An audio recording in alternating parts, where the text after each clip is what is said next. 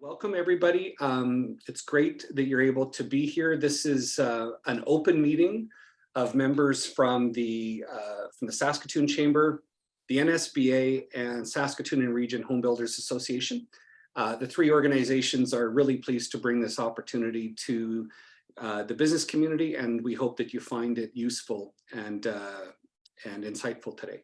We're joined by Clay Hack, who's CFO for the City of Saskatoon, as well as Mike Jordan, who's Chief Public Policy and GR Officer, who is also with the city. There's a number of city officials who have joined us, as well as Councillors Block, Lowen, and Goff. So welcome to you all as well. And a special mention to Judy Harwood, who's the Reeve of RM of Cormorant Park. She's also participating, so thanks for taking the time to join us. So Clay and Mike are leading the charge on a review of the governance model for Saskatoon land, following an audit done by PwC in 2017, and then some discussion around options and the potential creation of a municipal development corporation for Saskatoon. So welcome, Clay and Mike. Thank you for the opportunity to connect with you and hear from you. We're going to keep things fairly informal this afternoon. Clay and Mike have a short presentation, and then we'll open it up for questions or comments. And to do that, you're going to want to use the Q&A button at the bottom of your screen, which will open up a field for you to type in a question or comment. We'll use that to moderate it and get whatever questions or comments we've got to these two to answer and shed some light on where all this might be going. And just a reminder, of course, that we are recording this session for those who are unable to participate this afternoon. So just know that all of this will be made available after the fact, and we'll be able to share it with them. And so for now, let me turn things over to Clay and Mike. Thanks very much for being here. Awesome. Thank you very much, Jason. You just have to bear with me a second here. I'll share my screen. So yeah, thanks again, Jason, for organizing and having us here today. It's glad to see the city's not the only one still having IT troubles. You know, 4 years into the pandemic now. So misery loves company sometimes to a certain degree. So thanks very much. Again, my name's Clay Hack. I'm the Chief Financial Officer with the City of Saskatoon. And as Jason mentioned, I also have Mike Jordan here, the city's Chief Public Policy and Government Relations Officer, who's going to be carrying what I'll call the bulk of the presentation once we get into the Municipal Development Corporation perspective. And then I also have Frank Long on the call, our Director of Saskatoon Land, who won't be presenting today, but we have him here for backup and support, depending on which rabbit holes on questions we want to get down post-presentation. So as mentioned, the purpose of today's session is really to provide an update on the city's work and research in relation to different land development governance options as directed by City Council a number of years ago. And as I was preparing for this session, in hindsight, the title for today's presentation might be a little bit misleading, since we're not only looking at governance options just for Saskatoon land, but also the potential for a municipal development corporation, which could exist in addition to Saskatoon land within the city. So we hope today to provide you with some new information regarding governance options and municipal development corporations that you might not have been aware of before, as well as answer any questions or comments that can help inform our report back to the Standing Policy Committee on Finance on April 5th. So a little bit of history that Jason alluded to is that the city administration has already presented one report on municipal development corporations to City Council in January of 2018. And this report was very creatively titled An Overview of Municipal Development Corporations. So without getting into the details, this report provided an analysis on various forms, functions, and finances of Canadian municipal development corporations, and provided really a list of questions that would need to be answered before it could be determined if this was the right fit for the City of Saskatoon and its building goals. At that meeting, there was lots of discussion surrounding not only the potential of a municipal development corporation, which you'll hear us refer to probably as an MDC throughout this presentation, but also governance considerations for Saskatoon Land's current day-to-day operations. So City Council passed 2 resolutions which provided direction to the administration, and And these are a bit paraphrased from what the actual resolutions were, but essentially they were for the administration to report back, including investigating the governance options for Saskatoon land and potential next steps to create a MDC. So it is important to highlight the difference between the two resolutions. So Saskatoon land, as everybody knows, is currently an active developer for the entirety of the city of Saskatoon. This includes some key developments in Kensington, Evergreen, Aspen Ridge, as well as many other industrial initiatives. Saskatoon land's also an active player in the real estate market, both within and outside the city boundaries for future development. The first resolution, as I mentioned, is the question surrounding governance options for this current operating model. The second resolution asked administration to come back with options regarding potentially creating an MDC.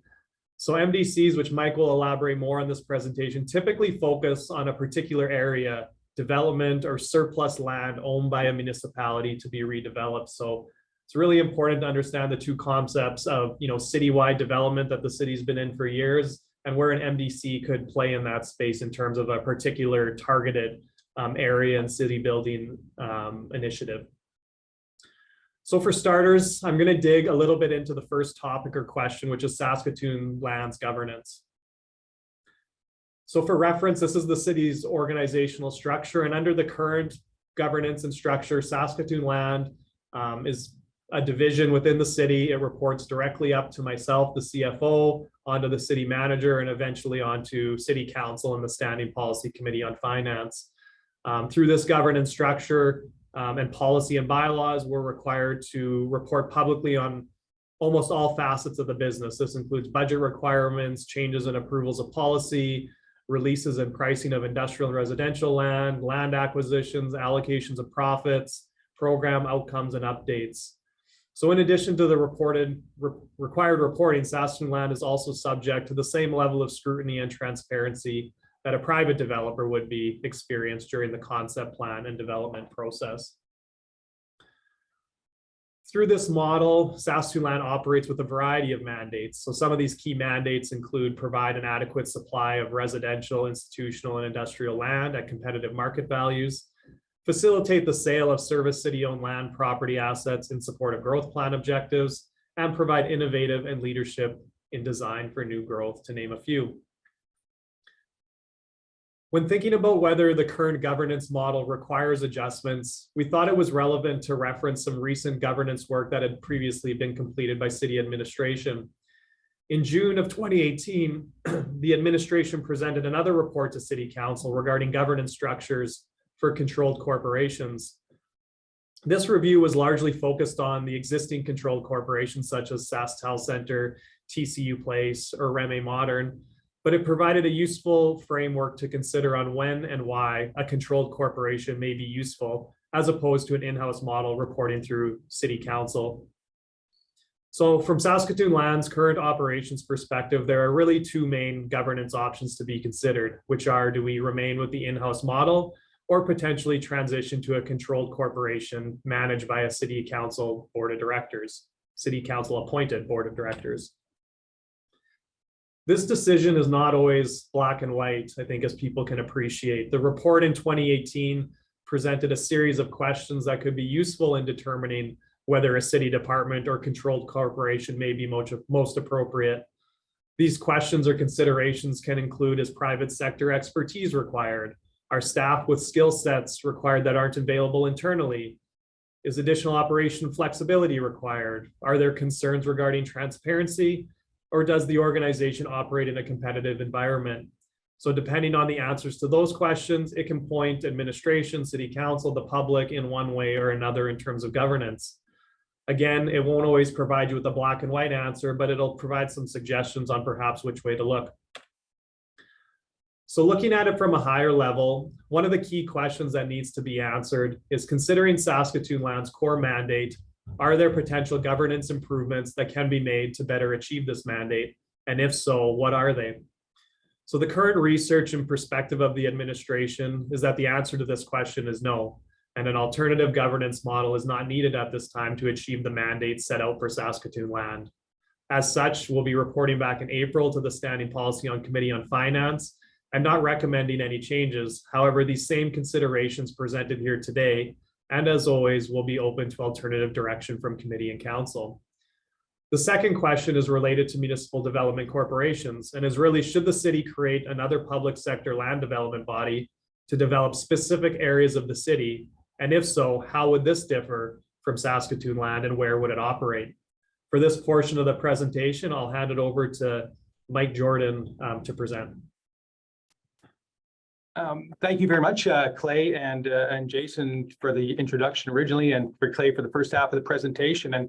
And some of those reports that Clay alluded to, especially the overview of municipal development corporations. One is that I wrote that one, and then the second one I had a contribution to the second one in this. And so this is an area I know well and sort of researched well, and I had to re-research it again just to see if any new developments have occurred in the land development governance front, and I'll talk about those in a moment.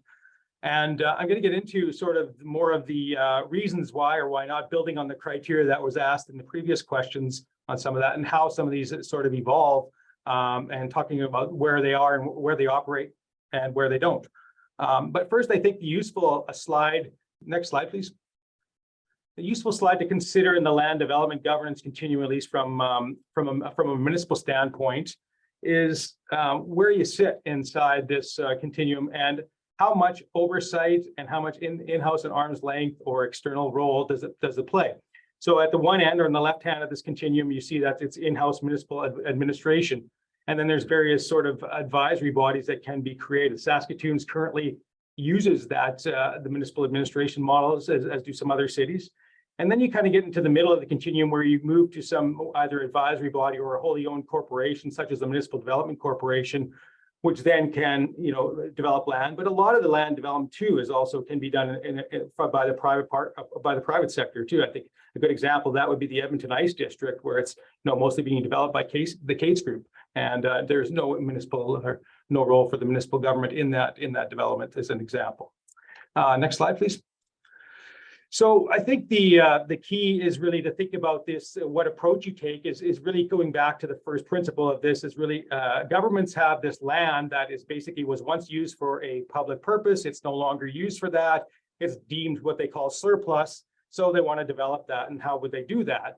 So the concept is then to get this master developer. And how you do the master developer is basically picking between two models: an in-house model or a corporate model is mostly the trend, setting aside the private models for a moment. So basically, a master developer would really just undertake the planning and development activities that would allow the government or municipality to enhance the values and guide the phased development of the lands as markets and priorities dictate. Again, the key word is markets. You cannot force land development outside the market in many ways. So I think why I say government is because this model is used in places outside of municipalities. I think the best example is the Canada Lands Company, that is a corporate body that develops surplus land on behalf of the federal government. One of the best examples, I think, if you go to Calgary, and you could see some of the old Curry Barracks development around the old Air Force or Canadian Forces bases there, been redeveloped using from the Canada Lands Company model. The other model where it works well is when there's a multiple orders of government who own land, public land, and a good example of that would be the Forks in Winnipeg, where it's all three orders of government there, provincial, federal, and municipal, own land. So they set up a corporation to manage the development of that land. We're not really talking. We're sort of building on that model, but to move towards a municipal development corporation model too in Saskatoon, where it's specifically for municipal government purposes. So next slide, please. So in looking at what criteria to choose from is, some of the literature, the consultant work that I've seen sort of have set out some criteria in addition to the criteria we spoke about, or Clay's presentation spoke about earlier, is really deciding on what's important and what points are important in terms of what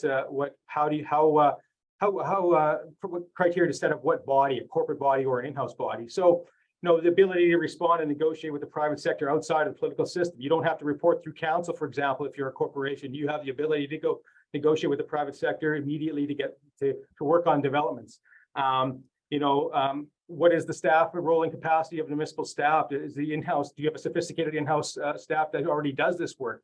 Or no, or is it just does mostly routine transactions? That's another thing to consider. And so some of these points are we can elaborate. I won't go into too much detail on it, but these are just an extra criteria that's usually used in determining which way to go. And the reason I say this is the next slide, please. It's important because it's not uniform across the country, and some large cities use different models. So Edmonton, Hamilton, and Saskatoon use the in-house model to kind of accomplish similar things. But in Calgary, they have an in-house model, but it's only those specific things. But they also created this corporate MDC called the Calgary Municipal Land Corporation, and it develops land in a specific area of the city. And some of you may know of it, some of you may have seen it, and it's called the Rivers District or East Village. Toronto has Build Toronto, which is part of a revamped structure there it's part of a bigger corporation called Create Toronto, and it does a whole bunch of land development inside there. And then Winnipeg has a corporate model. It's a not-for-profit model that kind of does the development in downtown. The other two models use a for-profit model so that they can pay dividends back to the corporation on it. The Winnipeg one doesn't do that. It's not for profit, and it's likely because the legislation in Manitoba doesn't allow for the creation of for-profit corporations at the municipal level, was my understanding anyway. So in the world of municipal development corporations, Edmonton considered establishing one back in 2017. The council rejected that, mostly due to the fact that the private sector didn't want to have an extra competition with it in land development, and that was the reason why they kept it in-house. In the place like Surrey, they had a corporation. The council decided to wind it down back in 2019. They're actually winding it back up, so it's kind of back and forth in Surrey, BC, where they have it. And the most recent one that was been created is in a city called, or a town, I guess, but a city in Saskatchewan's context, town of Oakville, Ontario, which is about 211,000 people or so. They created one more recently in 2018 a for-profit municipal development corporation. So it's been sort of mixed throughout the land. Next slide, please. So I want to show a quick example of sort of, how important it is in the setting context to what you're trying to develop. So this is an example of Calgary Municipal Land Corporation's development in the East Village. So in 2000, next slide, please, you can show up with the image, Clay. And it may be hard to see on your screen, I don't know, but you can see that this was the way it looked in 27, this big blue glass building, Calgary City Hall, and behind it's a bunch of the land at the East Village that the Municipal Land Corporation was supposed to develop when it was structured, and that was the only piece of land that it worked on at the time. It was mandated was to develop land in this area. Can you next click, please, Clay? You can see now in the 15 years since it's been in operation how much the development has changed just by its focus on developing that part of land. And it uses tax increment financing to fund that development and its operations as well. But it's sort of seeing how you can see how much the development has changed the complexion of that particular piece of land. Next slide, please. And one of the interesting things I guess I should say about the Calgary one is that they said they had why it made it work is because they had 49 acres of a blank slate to work from, and that's very helpful to consider when you want to establish a corporate model to specifically develop a piece of land. So I think when we think about how do we do that in Saskatoon's case, well, is there a legislative framework and what does it look like? Because that's important. Ontario and Alberta have specific legislative frameworks for developing these corporations. We don't so much in Saskatchewan, at least at the municipal level. Is there surplus land to develop? And by surplus, I mean, is there something that's vacant, that's really can be used to develop and it's sort of contiguous parcels of land that can be developed and that you can get some return on investment through that. Now, when you set up these corporations, you also have to get money and transfer assets, and that does cost money to operate because if it's wholly owned, it's arm's length. It needs its own financing source. Usually, that's a shareholder loan of some amount. Some that I've seen from $2 million to $20 million, and then its mandate. What does it do? And that comes from the shareholder direction. And then you got to find a board of directors, and usually that's 5 members to 13 members with some amount of members of council. Usually, the mayor sits on that board in these corporations, and then obviously hiring CEO and staff. So these are the main considerations in establishing. Yep. Usually these take about 2 to 3 years to set up, at least from the Oakville example that I've seen, from the Calgary example I've seen, and setting them up. So you know, it just depends on the timing of finding that land and so on. So that's the main considerations of that. Next slide, please. So just to quickly touch on a couple things, again, the Cities Act, we call them controlled corporations, but it's really they don't really specify it's for land development or not. We usually, our cities own the controlled corporations we have now for that run TCU Place, Saskatoon Center, the Art Gallery of Saskatchewan. They're all established under the Not-for-Profit Corporations Act. We presume that the NDC in Saskatchewan, if Saskatoon wanted to go that route, if we want to make a for-profit body, would be established under the Business Corporations Act. Next slide, please. And then, you know, again, the main motivation for creating an MDC is to unlock the value of surplus land. And what is that? Again, as I said before, is vacant, underdeveloped, needs reclamation, or so on. And I guess the key question is there a large enough surplus land in the downtown to make an MDC viable? I mean, there's talk around now of the downtown entertainment district, but that district sort of has yet to be defined in clear terms. And then how much land does the city owned in that to be developed? You know, that's still to be determined. I mean, that one of the best parcels of land that would really fit this is if the city's city yards was ever relocated out there, that would be a definite surplus land, because you would need to find a way to redevelop it, and setting up a corporate model like they did in Oakville, for example. It was exactly the reason why they set it up, is to redevelop city yards, to make that surplus land more developable and generate more revenue back to the corporation that way. So I think those are the two I want to speak on. In the next slide, please. Yeah, so again, as Clay alluded to, we'll cover all these topics and more for you in the report going to City Council on, or sorry, to the Standing Policy Committee on Finance on April 5. But we wanted to reach out and give you an overview quickly. And if I went through it too fast, I apologize. But hopefully that gives you a synopsis of the MDC, or the corporate model world. Thank you so much. Oh, thanks, Mike. And just one point to add, I always find it so interesting on the Calgary model, because it looks so familiar in terms of our river landing development. And, you know, when you think back to our river landing, you know, I think of different other municipalities, I think lots of them might have used an MDC to complete river landing. You know, we had the expertise and the know-how in-house on how to do it. So we did it in-house. So it really, you know, goes to show that, you know, the governance model itself might not be the magic bullet to get you where you want to get to. It's more about the, you know, the goals and the investments on where you want to move the dial on. So anyway, pass it back to you, Jason. More than happy to answer any questions or hear comments as we prepare to go back to SPC Finance here in April. Okay. Thanks. Thank you, Clay. Thanks, Mike. That was really good. If you have a question or comment, what we'll get you to do is indicate that you have one in the chat, and then Henry will throw the spotlight over to you. You can flip on your mic and you can ask your question or comment, and we'll proceed on that basis. And if there's any problems, obviously let me know. So does anyone have a question or, sorry, fellas, Clay and Mike, you had two discussion questions sort of in the middle of the presentation there. Are those the specific questions you're asking for feedback on in the preparation of your report, or was there something more pointed? Yeah, for sure. Open to any general questions or comments, but I can copy and paste those two questions in the chat too, just to. Sure. Just as a reference. Yeah, that would be terrific. Wayne, do you want to ask that in person? I'll just throw it to them so they can see it, but we're throwing it over to you here if you want to unmute and ask your question directly. Yeah, that would be great. Can you hear me? Yeah, you're good. Okay, well, thanks a lot for this informational session. It was great to see these two different options, I guess, that may be available.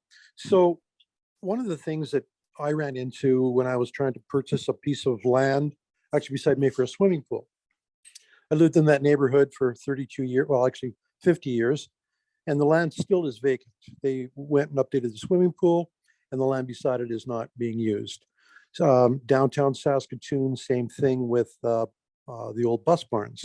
I know there was a number of RFPs sent out, and now there's going to be probably an issue with the city yards. So is it because it's, as a developer, it's so bureaucratic to go and put together a proposal, and months and months and months later, you just get turned down, or they can't make a decision?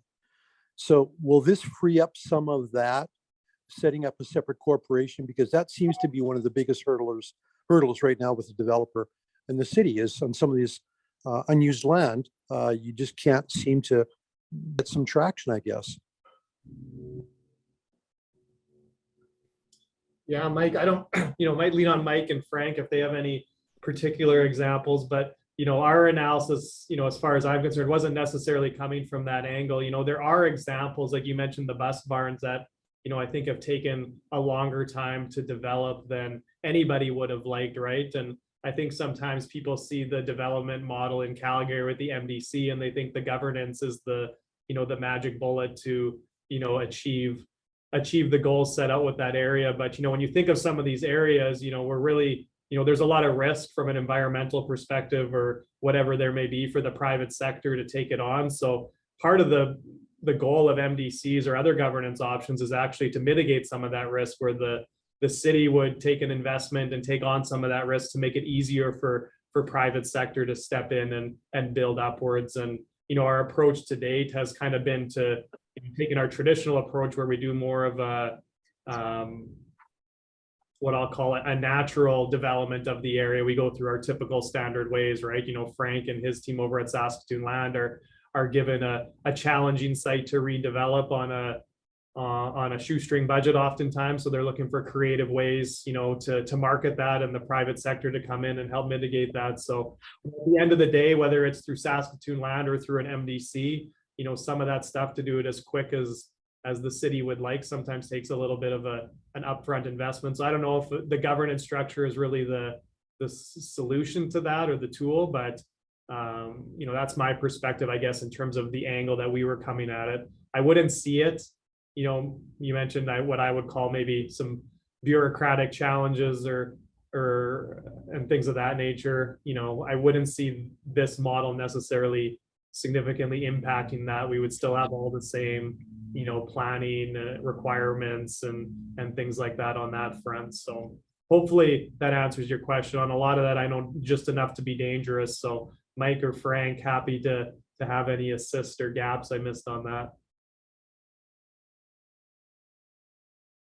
I think you covered it mostly well, Clay. I mean, I think that most of the argument from, or sort of part of the piece was the regulatory environment that you have to operate through, and both structures would have to operate under a similar regulatory environment and for planning and so on. But I mean, speaking on the bus barns areas, I think Frank can add some more detail to that. Yeah, just to add on to Mike and Clay's comments. The former Saskatoon Transit site has been a real challenging one for us, and most of that has come from, a lot of the environmental nuances that are associated with the site. But we have been in some very in-depth discussions with a proponent on the possible purchase of that property and adaptive reuse of it. So we will likely have some announcement on that in the very near future. So finally, possibly a positive outcome on part of that site anyways. Okay, perfect. Okay, thanks, guys. Next up is Dawn Armstrong. Dawn, do you want to ask your question or make your comment in person? And then after that, Henry will tee up Keith Moen from NSBA. Go ahead. Well, I guess the question is more related as to whether or not the role of Saskatoon Land in the urban or suburban greenfield development is part of the review, or is it more related to more special projects of, I guess, excess city land in the, city core?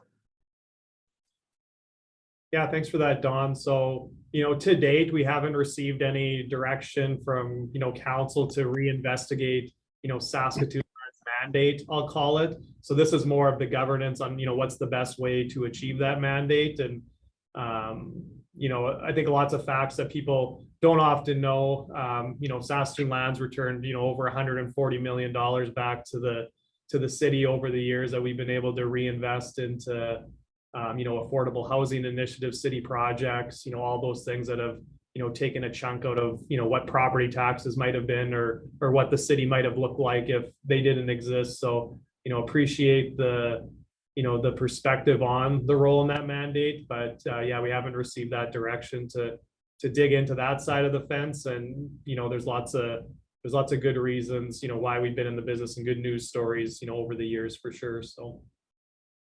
Thanks, fellas. Keith, you got a question or comment there? Now, can you hear me, guys? Yep.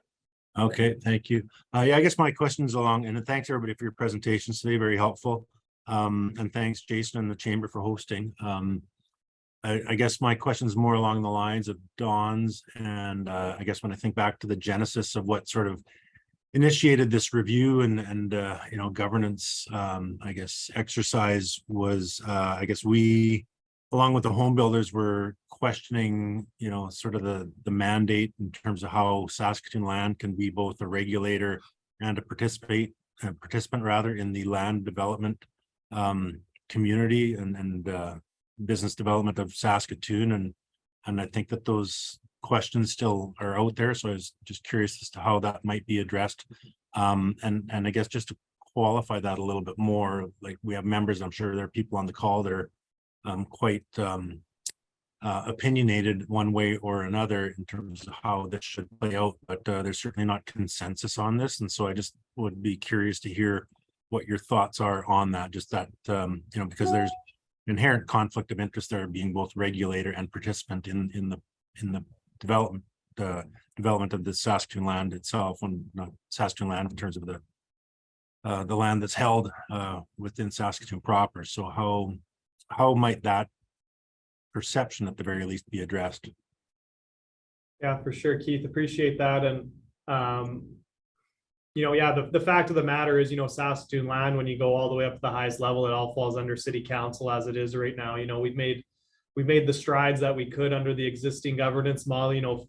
Saskatoon land and planning actually used to be part of the same division. So, we've separated that as much as we can, putting them under, different divisions, different areas within the city with different leadership to, at least hopefully address some of that.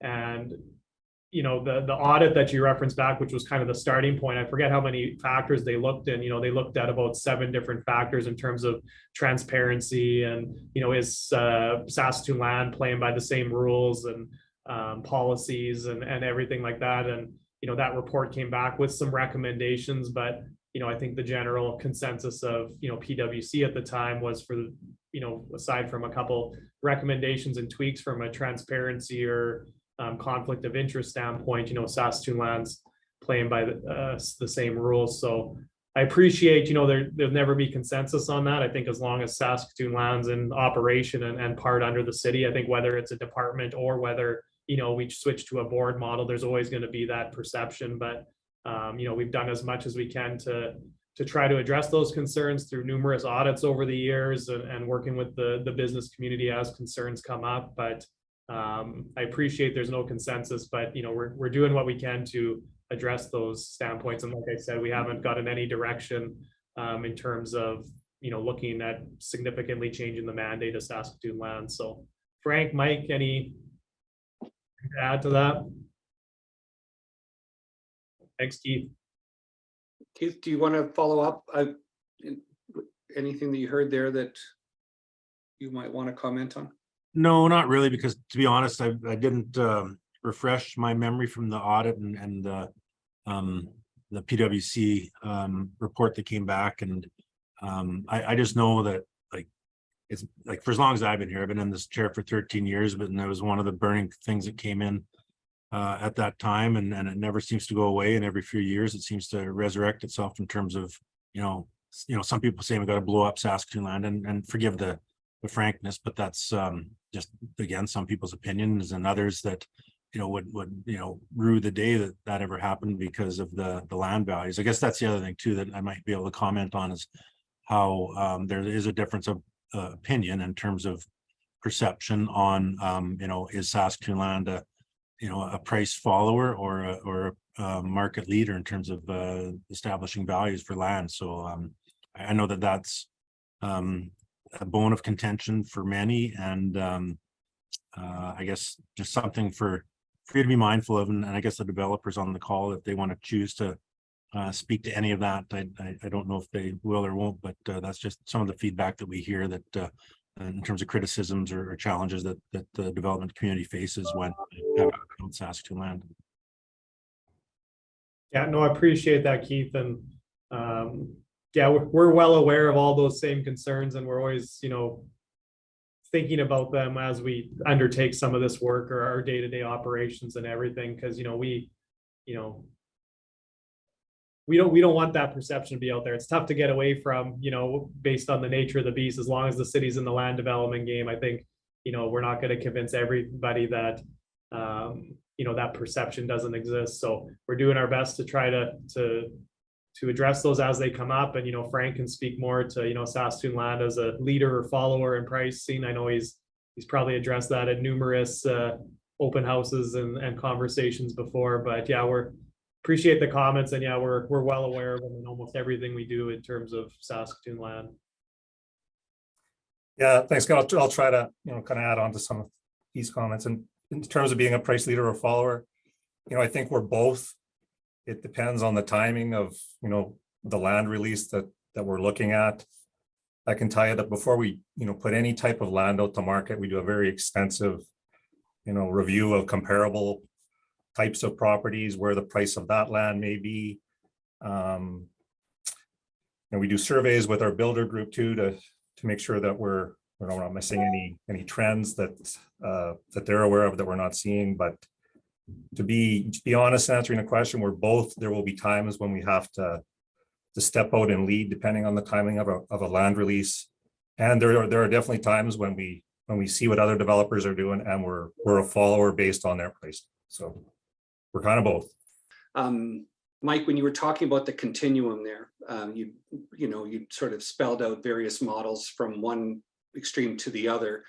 Is there any point on that continuum that would satisfy this concern around a perception of conflict of interest?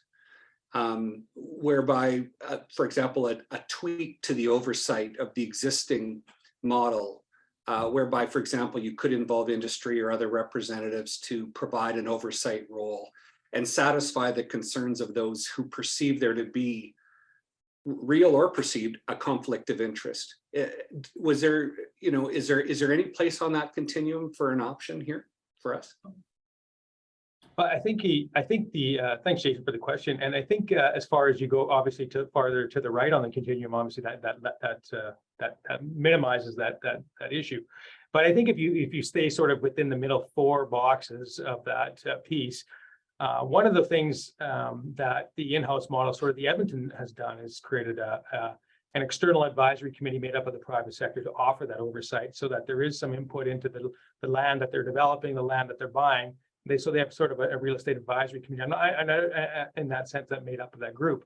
And so that's what they decided to do. Instead of going to the corporate model, they sort of did a tweak to sort of somewhat address that transparency issue you talk about. The interesting thing, when one of the things that the criteria that they lay out in sort of looking at what master developer, what are key things for master developers, transparency is not really a key criteria, because, if you think about it, the in-house model has to report up to council or a committee of council regularly. So you see that transparency. If you're in a corporate model, you're only going to the AGM once a year, and you're reporting out to your shareholder, which is like the council model. So there is some transparency nuance in that sense too. So it's just a comment on that point. But yeah, that's what I would say. And I don't know if Frank has anything to add, if he has an advisory committee on that point. But yeah, that's the sort of the model, sort of kind of a bit of a blend, I guess I would say, at least in the first two or three.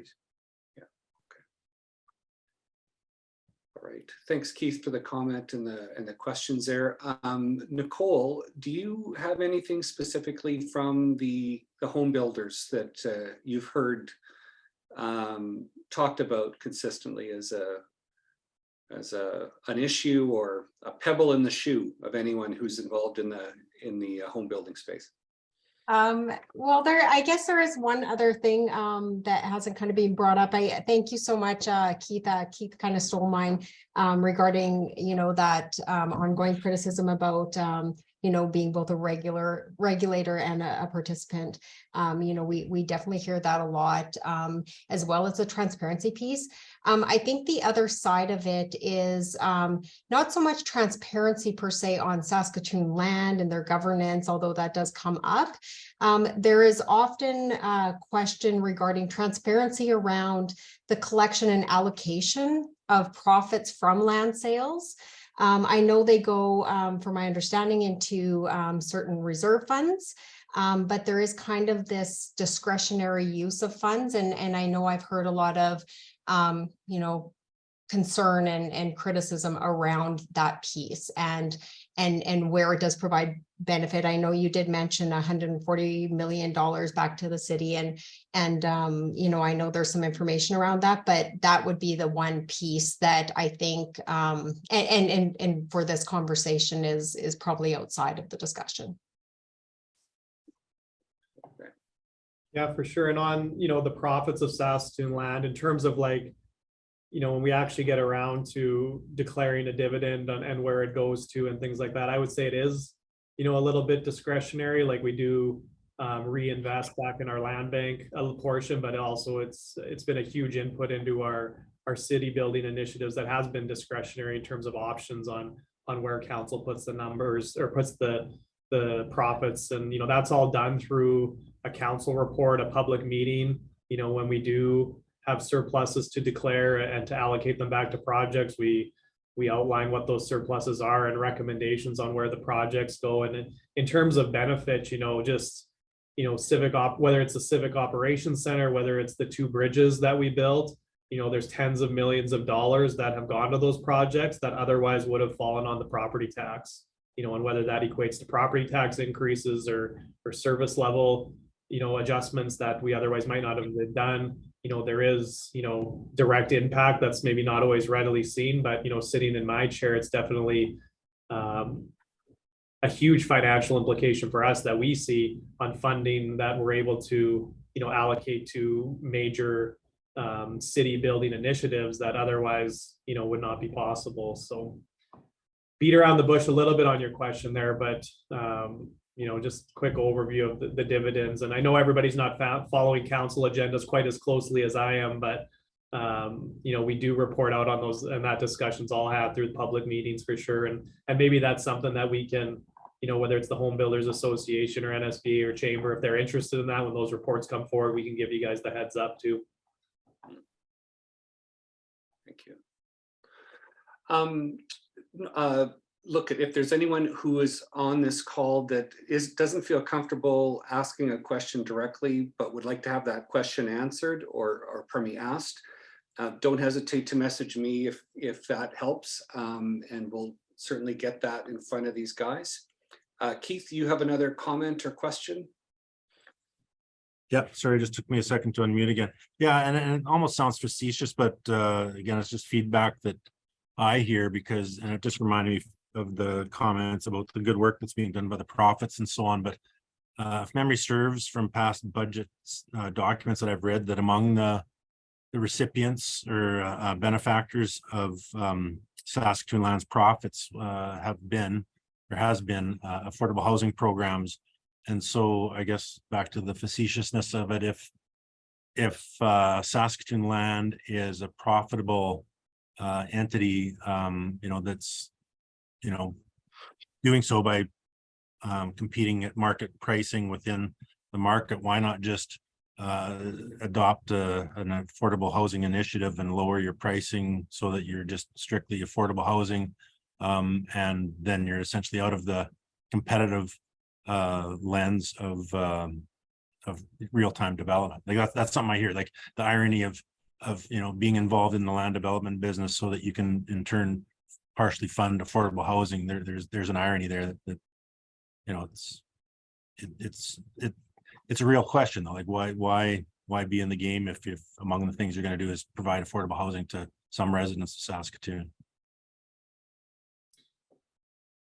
Yeah, that's an interesting question. I do know, agree that we've had a long-standing history of, council has really seen the connection between, land development and reinvesting into, affordable housing support. So, I'm not an expert on our affordable housing programs. I don't know if Mike or Frank are. That might be a question and a conversation that we might have to get back. Keith, maybe with some representatives from our planning department, and to kind of draw on some of those connections and the benefits of the programs that they have. And the only thing I can think of, and this is just really an off the cuff response, so maybe I shouldn't even say it, but it's really, when I think of the scale of Saskatoon land and the investments that we're making back in affordable housing, what makes the bigger impact? Is it taking, $20 off every lot, or is it really helping out that family and that community need that, can't make ends meet in terms of grocery bills and things like that? So I think that's kind of been, some of council's perspective on the affordable housing and the benefits of land, and reinvesting into some of those supports that, people really need from a government body to, make our overall community better. So, if I was going out on a limb, I would think that's kind of where, the head's been at in reinvesting in affordable housing, but definitely happy to have more conversations on that topic. Ron Olson, you've got a comment or question? I just have a question related to the comments on regards to affordable housing and the funding that may come from land sales. Traditionally, when you are going to help a group like those in need of housing in a city, it should become from a citywide initiative. Yeah, what you're doing here is taking a few homeowners and having them, support affordable housing when really the housing issue is a citywide issue. So there's some real equity issues there that arise, and I know other cities across Canada have grappled with that as well. So it's an important consideration that I think the city should certainly take into account. I appreciate those comments, Ron. Thanks, Ron. Councillors Goff, Lowen, and Block, you're on this call. Any of you have any questions that certainly you can ask of Clay or Mike or Frank at any time, but if any of you are interested in getting some feedback from all the other people who are on this call, now would be the time to float that to the top. So just let us know if that's of interest to you.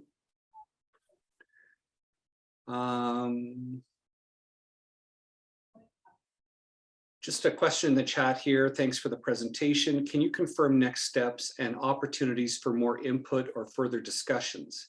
Is the council report just to receive as information, or is there more to come? And that's from Rebecca Rowe, Plan for Growth Executive Director. So Clay, Mike, a question around next steps and opportunities for more input and discussion, or is this council report that's going on the 5th for information, or is this also kickstarting another round of discussion? Yeah, so the plan right now is if, we don't have any recommendations to change the current governance model. So it would be more or less, information report, if there is, some more engagement that wants to be had, that we hear from this group, pump the brakes, let's have some more conversation. We can certainly do that. And I don't know what direction committee or council is going to take it in. So, they could receive it as information. They could direct us to go a different route. So as of right now, it's basically information in April. Welcome anybody on this call or otherwise. As always, if you want to, submit a letter or request to speak at that meeting, that's always an available opportunity to get your input on record, and for committee and council to hear it as well. So, okay. So as far as just to sum up, so as far as you're concerned, as the authors of this report, you are not at this time recommending any substantive changes. The status quo is sort of the model, unless there's some sort of change or innovation that's proposed by the various sectors represented here and would require more discussion. Is that right?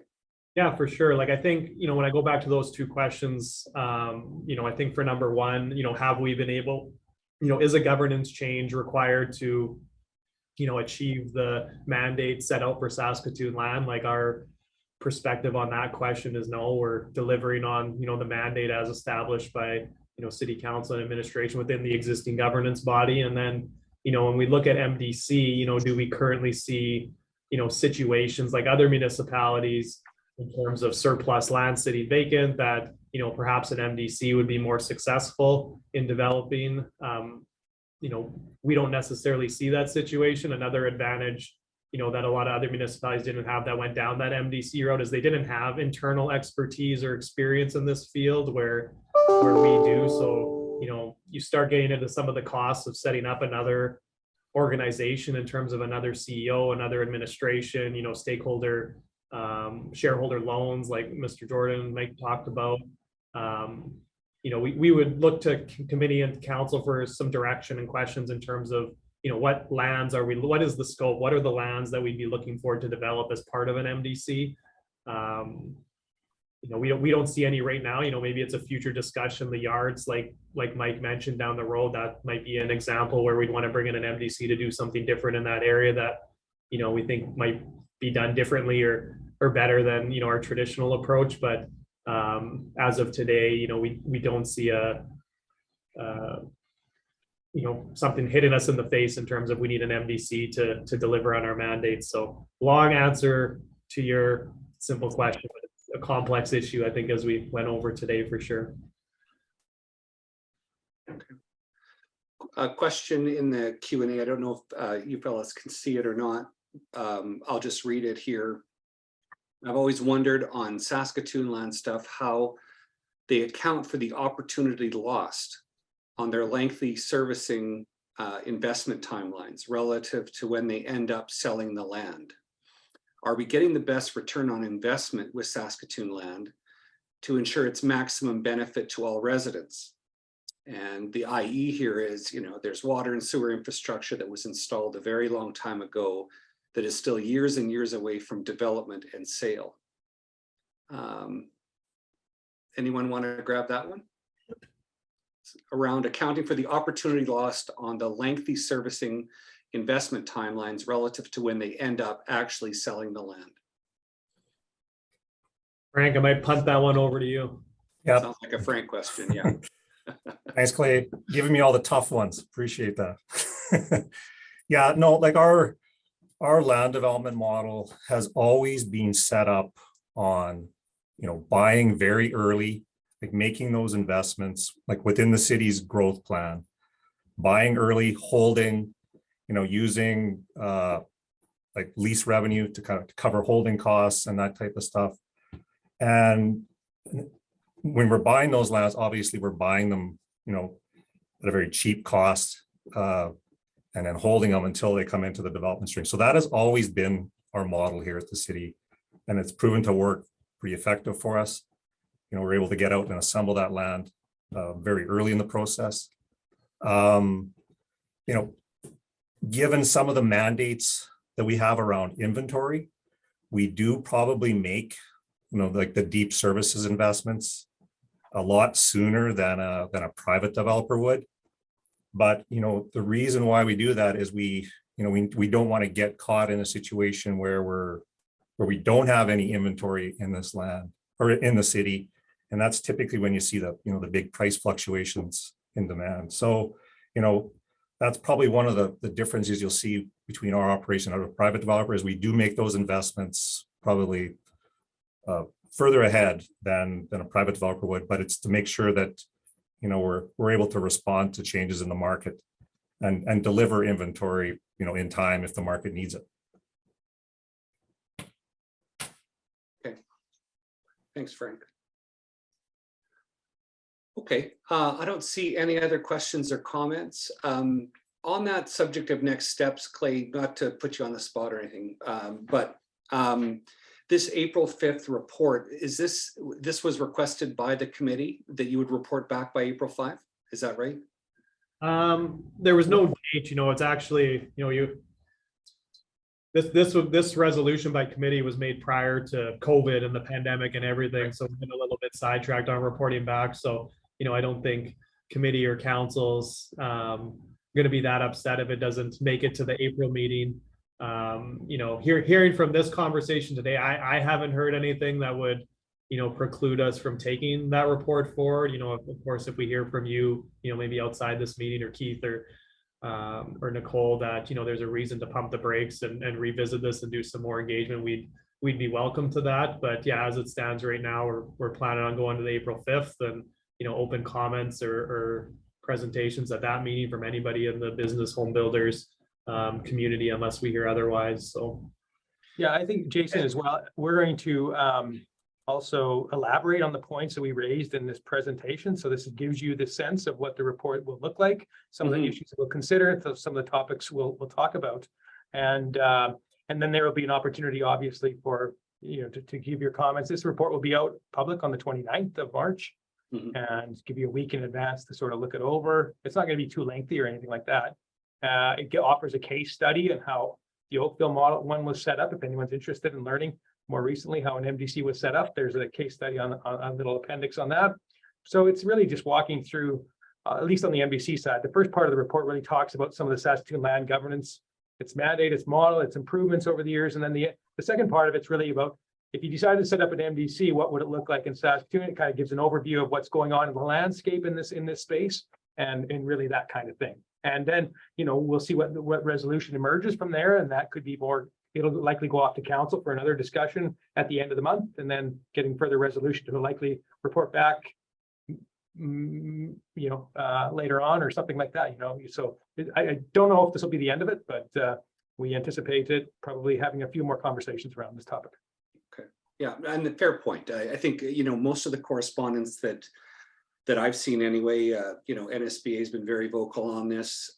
Certainly the home builders have, the chamber has as well. All of this correspondence around this really does predate the pandemic. Some of it goes back as far as 2017, 2016. And so I'd be surprised if there wasn't perhaps some more thinking that has been done on this. So if the 5th is our opportunity, I guess our first opportunity to maybe revisit some of the themes and some of the thoughts that were expressed in those earlier pieces. April 5th seems like the right time, but it sounds to me like there will also be other opportunities as this works its way through council's processes and committees, right? Yeah, for sure. I would encourage that April 5th, that once you guys see the report, like Mike said, if there's questions, comments, or concerns, it's always open to submit letters and come and speak to council, and that can drive the direction that this heads into. So I would view that April 5th meeting as an engagement opportunity on that report. Speak to it and submit comments. Wayne, do you want to ask this question in person, or do you want me to read it out? You go ahead and read it out. It doesn't matter. It's just a question. Okay, yeah, there's just a couple. Okay. When Saskatoon land has contaminated land, no developer can get any financing. So in the future, remediation needs to be addressed before the land is brought out in any RFP. The city yards and bus barns are an example of why that this land has not been redeveloped. Has this conversation been had to resolve these issues? This is around the remediation of contaminated land and the extent to which it's addressed before it's brought out to RFP.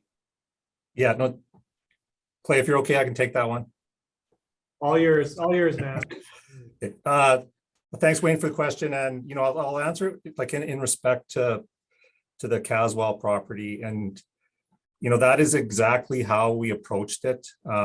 We initially went out with an expression of interest, which we learned a lot from in terms of some of the responses we got back. But our next step after receiving that was to do exactly what you said, which was to get into the site, do some remediation and de-risk it for the potential purchaser. So that's exactly what we've kind of done over the last, 6 years with the property. We spent quite a bit of money doing that. So I think we've got it to a point where we've got a very good understanding of all the risks associated with it, some of which can be managed through the development of the site. So, that's the approach we're taking with the proponent that we're working with right now. So appreciate, the comment, and that's exactly how we approached it. Okay, seeing no further comments or questions. Clay and Mike and Frank, thanks for the time. Appreciate the opportunity to hear from you, but also get some questions and comments headed in your direction. We'll probably take you up on that April 5th report as an opportunity sort of to extend this kind of conversation and any other opportunities that come from it. So in the meantime, thanks for your time, and we'll look forward to next time.